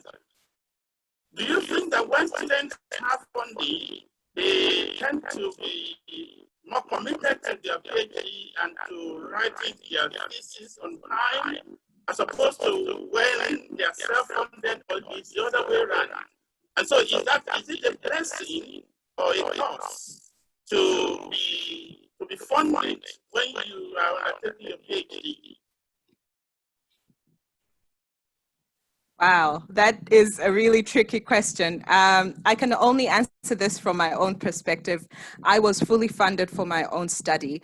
And for me, that really put me under pressure to perform, because I felt I needed to show that I just didn't get this by luck, that it was meritorious. So for me, I think being funded went a long way in encouraging me to perform my best. I don't have as much supervisory experience as the rest of you might have, so I can't really speak for students that I'm currently supervising. But for me, it was a blessing to be funded. Yeah. Thank you for that. That's a good one. Deborah, any questions or comments to Natasha? Okay, so I'm thinking maybe I should say something about the question that Natasha just answered now. Yeah. About funding. I think again it's more about your background. Okay, so if you're coming from a well-to-do background and then somebody is funding you, you may not necessarily appreciate the fund. It's just like you having 2 pieces of shirts, and then somebody is giving you a face cap or something, or an handkerchief. You can afford it anyway, so So generally, if we are putting it in African perspective, it appears Africans would appreciate funding more because they understand that is a rare opportunity and a privilege that they will not want to squander. Okay, so I had my master's in BTH Sweden, and it was fully funded. And then I have other students too from other background that got the same fund. And I can tell you that most of us that became very successful during that PhD study were people from less to-do background, so to speak. Till today, I still have some of my friends there that has so much, they're wealthy or they come from the, Western background, and that is not, I really don't mean to, how do I put it now, say bad of the Western culture, but then they really seems not to pay so much attention the same way you see other African colleagues do so much to ensure that they complete their studies. Yeah. Thank you very much for that. Yeah, so I think, there are different perspectives when it comes to funding. But yeah, I think, it's competitive, but again, it comes back to what Amos was saying earlier on. You have to be ambitious, you have to go for it, make an effort, and see how it goes. And there are also people who did their PhD, self-funded as well, it's tough, but it's also doable. Are there any comments today about then? Any comment or questions for Debo? Natasha, do you want to go for it? I don't know whether you have any comments or reflection. Now, I think I'm just eager to hear from our audience at this stage. Okay. Amos and Debo so far have shared quite extensively, so I'm happy. Yeah, thank you very much. Amos, any comment to Debo? Or should we just go to I want to ask him, if you were to advise someone who wants to do a similar path to yours, will you ask them to do it exactly the way you did it? Or you feel that some other things they have to change to be able to achieve the milestones better? Yeah, a quick response. So that That's a very tricky one. Well, I would say that you should do it exactly the way I've done it. And I'm just thinking if it's the right thing to say. All right, so I didn't just jump on the idea to do a PhD, okay?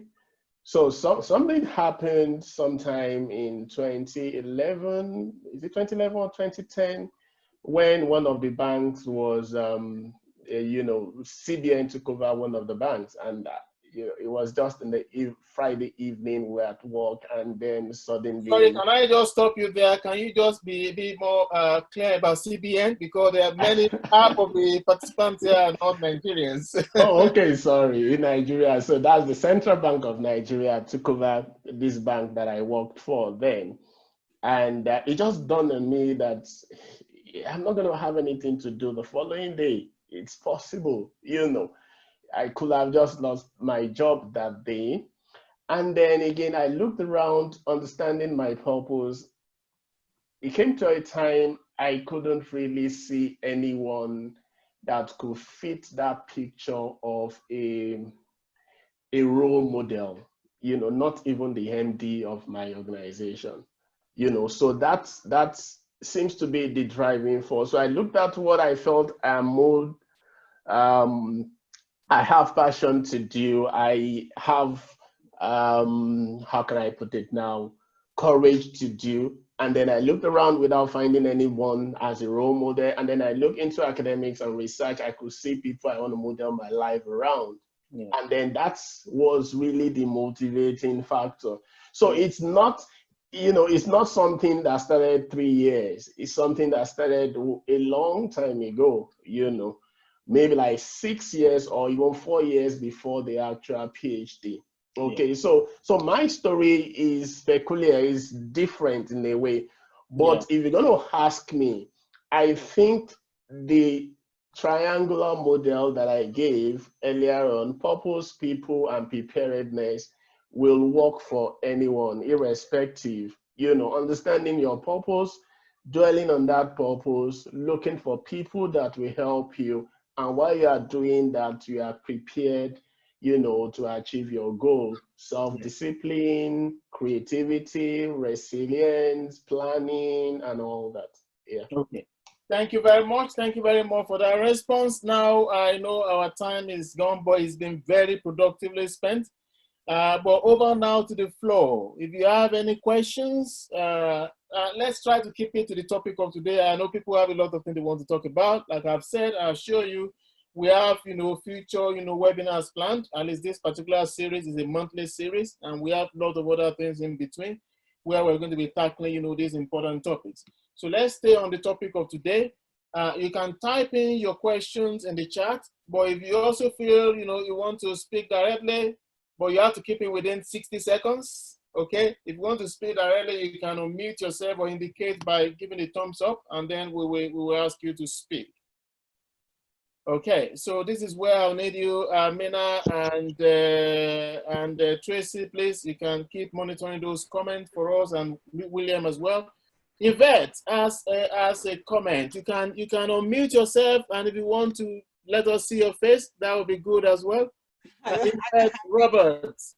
Hi, can you hear me? Yes, we can. Yes, a quick question. I have put it on the chat, but I want to just express it a bit more. Dr. Amos talked about when he came to England, and his supervisor, he kept saying, sir, sir. I'm asking the question as to whether culture has an impact, because from a Caribbean background, if I say sir, sir once and the supervisor isn't bothered with me, I wouldn't keep going and saying sir, sir all the time. So I'm just saying, is it because of your African background where you're a bit maybe more submissive, maybe? You would keep at it, whereas maybe a Caribbean person wouldn't do that. So I'm just asking. Well, yeah, Amos, can you respond to that? I'm not sure submissive is the word though, but yeah, go ahead, Amos. Yes, it's a very cultural thing, and it differs from place to place. It depends on your background. A few weeks afterwards, I was able to overcome that barrier, but I would tell you that there are still some students, for example, my current institution, there were some students from the Middle East, excuse me. So they came from the Middle East to do a PhD, and until the end of their program, they were not able to call their supervisor. It wasn't me, but a very highly respected supervisor. They were still not able to call him by his first name. Even me, they would prefer to say Dr. Amos, Dr. this, Dr. that. So I think that it requires understanding on the part of the supervisor and the students. So if a student, after they have been given the liberty to come up to the culture within the context of their current environment, if they are still struggling to do that, maybe they may need to find a balance, because you don't want the student to be broken. So it depends on where you are from, and I understand what you are saying. And it's very important that we are very aware of the challenges that people face based on that.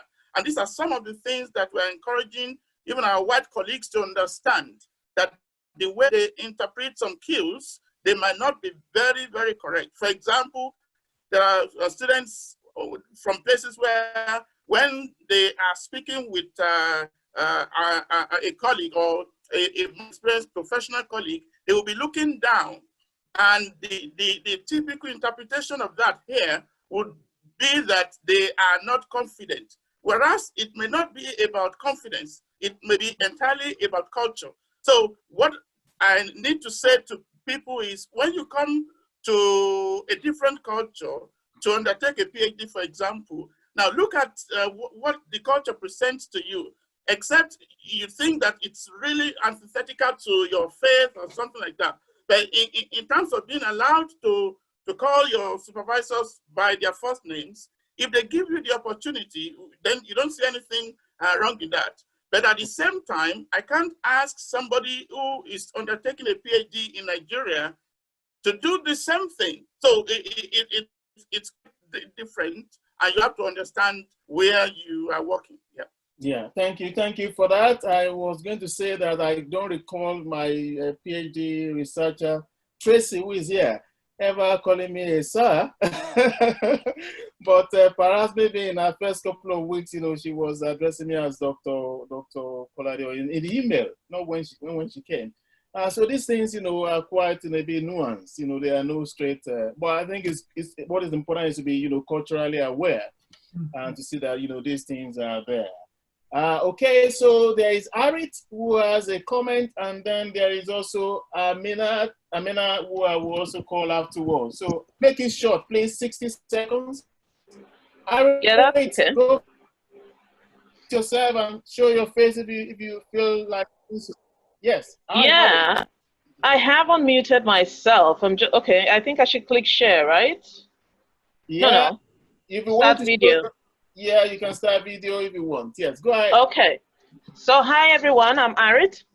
I am currently undergoing a doctorate program, not exactly a PhD, a doctorate. And that's because I intend to be a consultant. I just want to ask if you do have, if you know people who have done that, if you are able to advise maybe success rate. I know quite a few people, but I'm having a melange of risk management and public administration, and I'm looking in the health sector, especially with regards to Nigeria. I am an insurance professional, so I'm looking around insurance in the health sector. Yeah. I just want to know if you're able to either give me some advice, some encouragement with regards to maybe people who you know and probably how it's worked for them. Okay, thank you for that. I will allow the panelists to respond, but if I may just come in with a quick comment.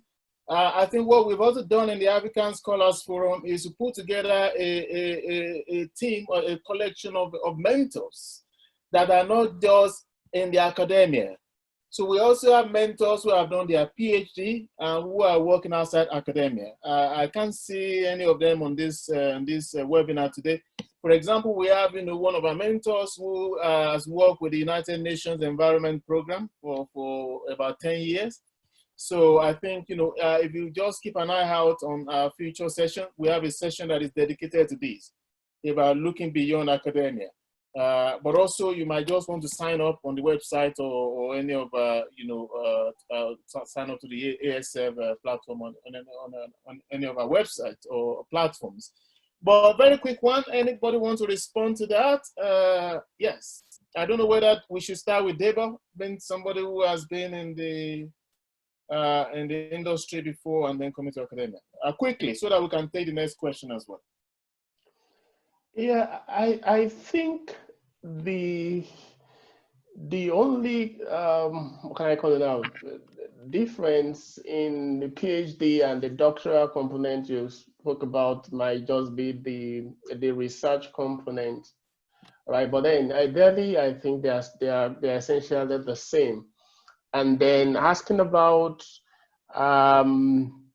if there's anyone that could be of help, I'm not sure I have anyone at the top of my head at the moment, but I've seen quite a number of people that have been able to do that, and they've done it successfully. So maybe afterwards I could have further conversation with Shil, and then we can get back to you on one or two specifics.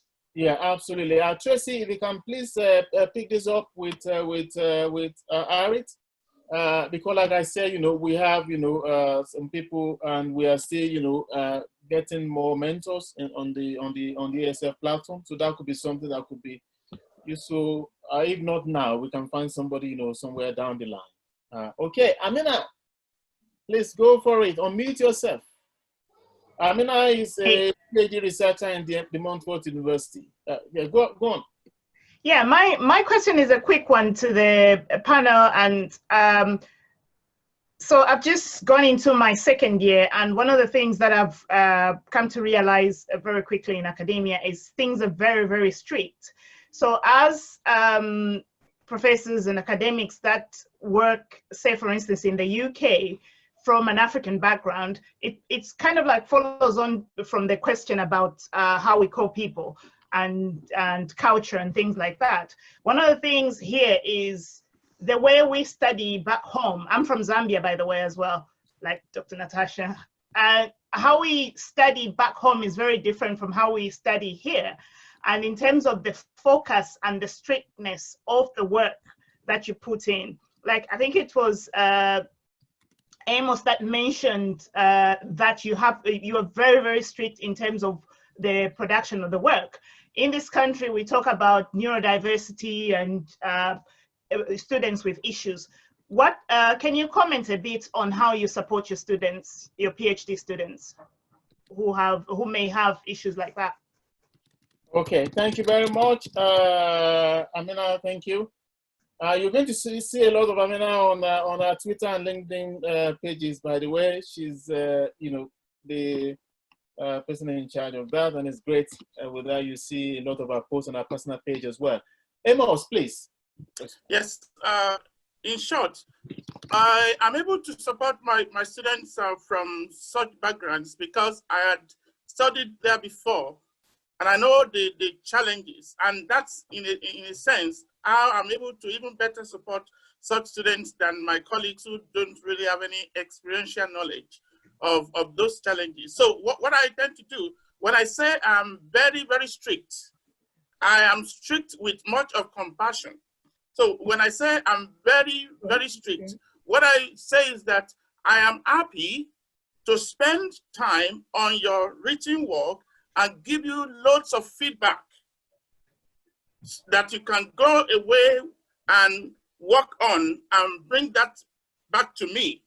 So what I mean is that you must be ready to work, but I'm going to give you all the time. Before we do anything at all, I'm going to have a meeting with you, and I'm going to try to understand the elements of your background that are relevant to what you have come to do, and then signpost you in terms of, oh, this is what to expect. In fact, in the last 2 years or so, I've had close to maybe 5 or 6 PhD students that came just for visiting research, 3 months, 6 months. And things do when they come, we have a meeting and I discuss with them things that we do here that they don't do in the places that they are from, how they these are from. I give them the proper perspective of what to expect and what people will expect of them. So I make sure that they have an understanding of this terrain. So it's about asking them with the fullest of support that they need to do that. It's only when they are not willing to do anything despite the support that's what's key problematic. But I'm going to help you to go through every page of your written work and provide you points on how you can improve that. Yeah. Thank you. Thank you very much. That's a very good response there. And we'll be picking up on some of these themes as well. Again, on the website, there are resources that will be posted there. There'll be, some blogs and so on as well. Okay, so there is, I think we can take maybe 1 or 2 more questions. There is Adeola Kola Mustafa. Can you unmute yourself? And yes, I've unmuted myself, please. Can you hear me? Yes, we can. Go ahead. Yes, I just want to make a comment. I actually did my PhD at the Montfort University about 6 years ago. And my experience was that from the very first day, the PhD school told us that a PhD is actually for 3 rounds of people: your supervisor, your external supervisor, and your internal supervisor. So you should have that at the back of your mind when you're writing your thesis. And there should be a great communication between you and your supervisor, because sometimes you have people have some breaks between them and the supervisor, and then they start having problems with the internal when it comes to the internal assessment stage. So it's very important, like Dr. Debo said, and Dr. Amos, to have excellent communication. And I feel that before you can actually even go to the internal assessment round, your supervisor must be happy with your work. So it's something that you should always, when you're choosing your supervisor, you have to get it right.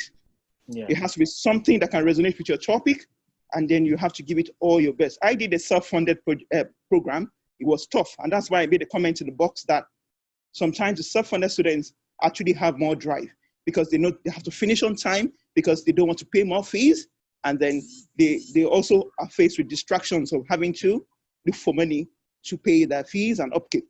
So, and then sometimes the self-funded students are a bit laid back because, well, they got the base. Some of them, it depends on who. Some get the scholarship on the platter of gold, and some really worked out for it. So, depending on is a catch-22. You can say some people would be really, really smart about their work, while some would just be kind of draggy about it. Thank you. Yeah, thank you, Adeola. Thank you very much for that, insightful comment. I think that's really good. Relationship with the supervisor is important. Don't make an adversary of your advisor, if I could put it that way, because they are your allies. They want you to do well, and I think managing that relationship is important, and paying attention to the feedback. I think is important because it shows a commitment. Because they are committed to you, you also need to show a commitment. I think one of the things I found a bit frustrating in some instances of interaction with PhD students is when you are taking time to provide feedbacks, detailed feedbacks, and then the next draft comes to you a few weeks after, and you are seeing exactly the same mistakes and errors there. And I say, you don't have to take feedback hook, line, and sinker. There are suggestions. You can reject them, but don't ignore them.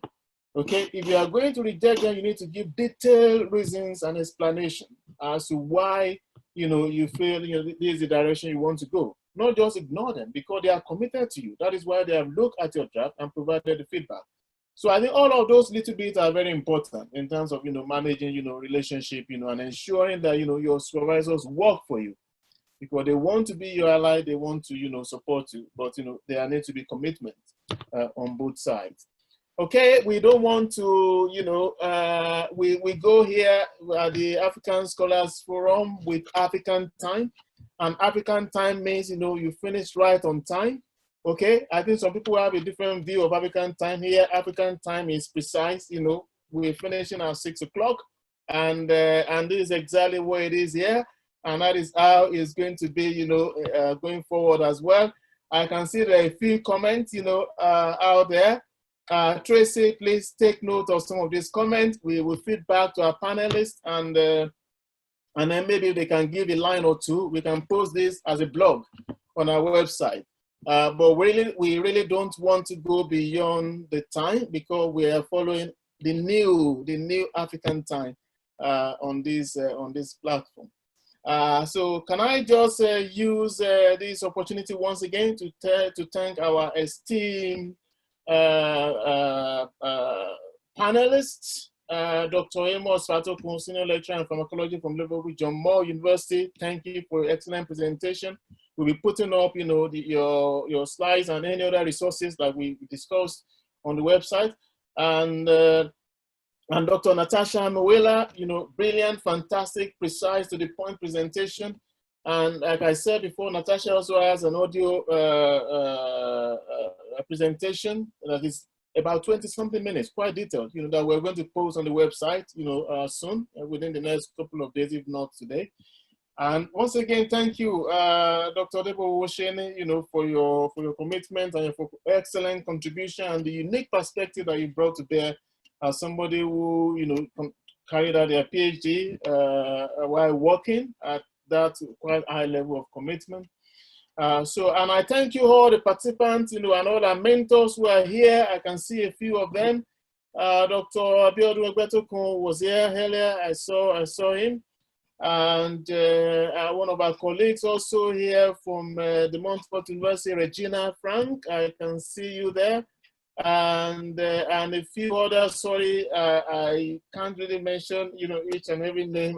I'm sorry, but it's great to see you here, and we hope you keep an eye out for subsequent editions of this webinar.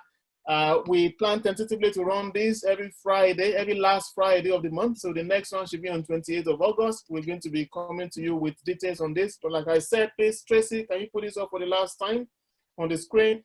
We are going to be, so please sign up on the website, africanscholarsforum.com. There's a sign up menu there. You can sign up on our Twitter.